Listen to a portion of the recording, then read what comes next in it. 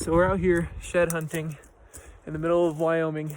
The season's been super good for it so far. It's been super nice out this weekend, and I'm just hoping to find some good stuff out today. Now I imagine some of you people that don't know what shed hunting is, when I say shed hunting, it means something like this. There's an endangered species right there. But shed hunting is basically finding antlers from the last season of deer and elk. What they do is at the end of the winter, after the rut, they will basically shed their antlers off of their head, and they'll leave them all over the forest and all over these places for people to find. They're basically these really cool things to collect when you're out here, and they actually can be worth a decent amount of money if you know how to sell them and you know where to find them. Right now I'm looking for some decorative pieces for my house, so I don't think I'm going to sell these ones, but if I get too many, we'll see what it is. We'll see how it happens. Right here we have a scraping, which isn't really very useful in this time of season when it comes to shed hunting, but when it comes to hunting season, this is a really good sign that there are elk or deer in the area that are using this area and that they're marking their territory. They use this to scrape off the velvet on their antlers so that they can have kind of that ivory look to them, and this also allows them to mark their territories for mates. It's also good to just get some good time in the outdoors. It's always fun getting to walk around and getting to see all the beautiful environments. Shed hunting is one of those sports that it's more enjoyable to do it than actually find them, but finding them is just such a great thing too.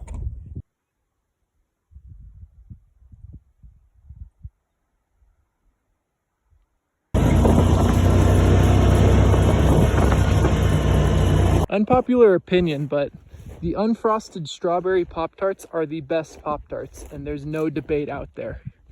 Like seriously, everyone keeps telling me it's like, oh, just get the frosted ones. But when you put the frosted ones in the toaster, the texture doesn't taste right. They don't get soft, they get like really crunchy, and I don't really like them. So I think that the strawberry Pop-Tarts that are unfrosted are literally the best ones, and I don't think there's a debate out there. And everyone tells me that I'm wrong about it, but I think they're the ones that are wrong, you know? It's just one of those things where it's the simpleness of it just makes it that much better and just so much greater in my mind to not have all the other extra sugary crap on there, even though it is literally Pop-Tarts, and it's not like it's a health food, but you know, the freaking unfrosted Pop-Tarts are literally the greatest. When you put them in the toaster for about a minute, they warm up, they get all soft, they're all awesome. They're so underrated, and some people don't even put them in the toaster, and I don't get it. The toaster makes them like infinitely better. Coming up on about noon here, and found one shed so far. It looks actually really nice. It's about a year old from what it looks like, and has a little bit of damages up here at the top, but other than that, it looks really cool. And for those just starting out shed hunting, I got some tips and tricks on how to help you find some. Number one is just spend the time.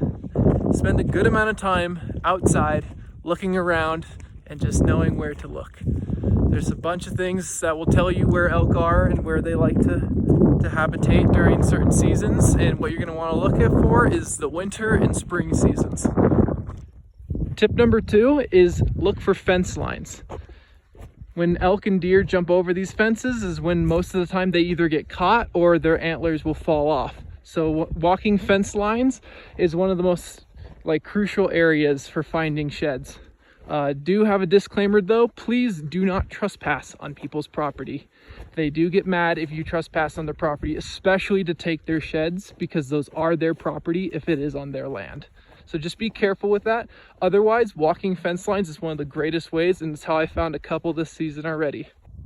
Trick number three is just stopping and looking around for a little while. Take in your scenery, take in your environment. It's beautiful. You get to be out in the middle of the wilderness or middle of the fields and the bright sunlight, the nice summer weather. Take it in, you know? Enjoy the time you're out there shed hunting. The shed hunting isn't the main part. The main part is getting to be outside, and shed hunting just makes an excuse for it. Lastly, one of the things that helps you find sheds is what I call the stupid factor. This basically is doing dumb stuff that you really think wouldn't find you sheds, but really does. Just like periodically changing directions on which way you're walking for no reason. changing down trails for some unknown reason. Taking a piss has found me multiple sheds out here, and that is actually really surprising. But there's kind of a dumb luck, stupid kind of factor to finding some sheds out here. So you just gotta kind of rely on those, and you kind of just gotta have some good lucky times out here. Woo-hoo! Oh, watch this. Oh, I cannot see.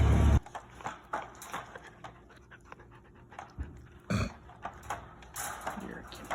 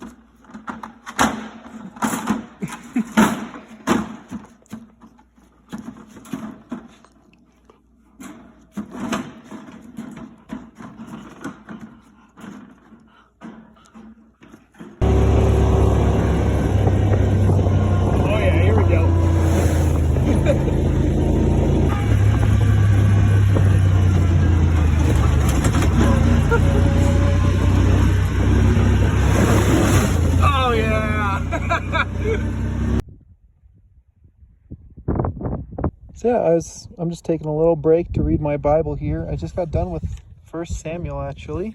And one thing I kind of wanted to just talk about is like reading through 1 Samuel and going into 2 Samuel. I've never actually read the entirety of the Old Testament yet, but going through it over the course of the summer, I've made it through a good part of it, and I actually really enjoy it so far. I started in the Gospels and moved on to the rest of the New Testament, but I think that the Old Testament is definitely something that shouldn't be overlooked.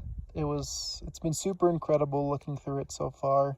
I always like to see all the connections and stuff that is made, and kind of like, I don't know, it's kind of weird reading it New Testament to Old Testament, because you kind of don't see you see the prediction things afterwards, basically. I don't know if that makes sense, but it's just kind of funny to me, but I really like it. And one thing I kind of just want to talk about King David is that I'm trying to do this personally, is work on the perception that I have with King David, because a lot of people, and most people I talk to, will say everything about King David, and all they'll talk about is the adulterous stuff that happens way later on, and the Bathsheba thing, and David and Goliath is kind of thrown in there too, just as this is how humble he used to be, and then this is what he ended up becoming. It's David was a lot more than that. I don't know, there's so much to David's character. There's so much trust in the Lord, there's so much mercy, and there's such a righteous living to him in these times. And yes, he does fall later on, and he definitely makes a lot of mistakes, but I think that as somebody who's also made a lot of mistakes in my life, that I look at David and I go, I don't know, I just kind of have this feeling of, I'm so glad you're forgiven, because I'm also forgiven. I look at him in the case of his forgiveness more or less than I look at his case of the sins that he did. He did some terrible things, but he also really trusted the Lord, especially in these early years. And I think that's something to look at. He's an example. He really is. He's an example of everything, of trusting God, of living righteously, of being I don't know, just the way he is really relatable. And the fact of like a normal Christian life of just like trusting God and doing everything that like God wants us to do and being happy with it and prospering because of it. But also like we all sin, and David did too. And to know that we all do sin and we all do terrible things, and none of us are good people. And David and Saul and Samuel all have done bad things. Moses and Aaron and all the other people from all the other times have also done terrible things in the course of their life. But God always has a path for us, and he always has this righteousness that we can take hold of. And at the end of King David's life, although like there were consequences for his sin and it did lead to people dying and there was things that he couldn't undo, but in the end God did forgive him. So I think if God can forgive David, I think he can forgive a lot of us. And I think that if David was to stay firm in his belief and that he didn't fall, that he definitely would have been one of the best people ever written about in history. And although he has his fall, he also has his amazing parts about him, and this amazing example given through both of the Samuels that I think is much better to look at than to look at the parts of his sin and kind of point it out because of that. Looks like we're coming up here on another shed.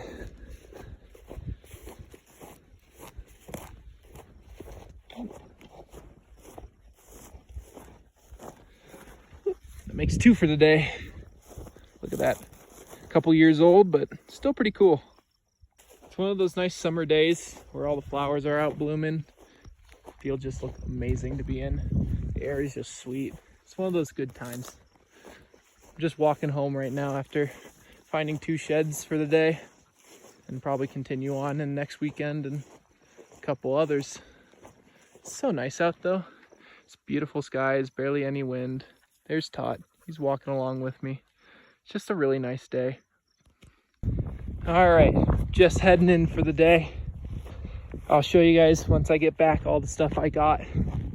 Decided to bring out the 22 in the later part of the day so I can pick off some prairie dogs while we're out here. There's home over there, and I'll be there in a minute. Okay, so here's the haul that I got. I got one pretty old one. This one has a little bit of chewing marks on it. It's a little bit broken, but other than that, it's actually in decently good shape. It looks to be about 1.5 to 2 years old. It's starting to get that kind of chalky look to it, but other than that, it's a pretty good antler. It's an elk one, so all 3 of these are elk, so that's kind of nice. It's kind of what I'm looking for. They're a lot better than the deer ones. This one's also really old, but this one has a couple chew marks and looks to be about 1 to 2 years old still. But then there's this one, and this one's like really, really nice, and I'm really happy I found this one. This is freaking humongous. And also this one looks to be about 1 year at most old, but has a little bit of break at the end here. It doesn't look like chewing though. It kind of looks more like it was fighting and it broke it. But this thing is humongous and I love it. I'm gonna try to turn this one into a coat rack, and I'll put up like a thing on screen to show you kind of what that looks like. But yeah, just kind of hanging up like this. I don't know. I'll put it in something that makes it look like, I'll put my idea up on the thing. But yeah, I only found 3. I was trying to look for some more, but this is all I got.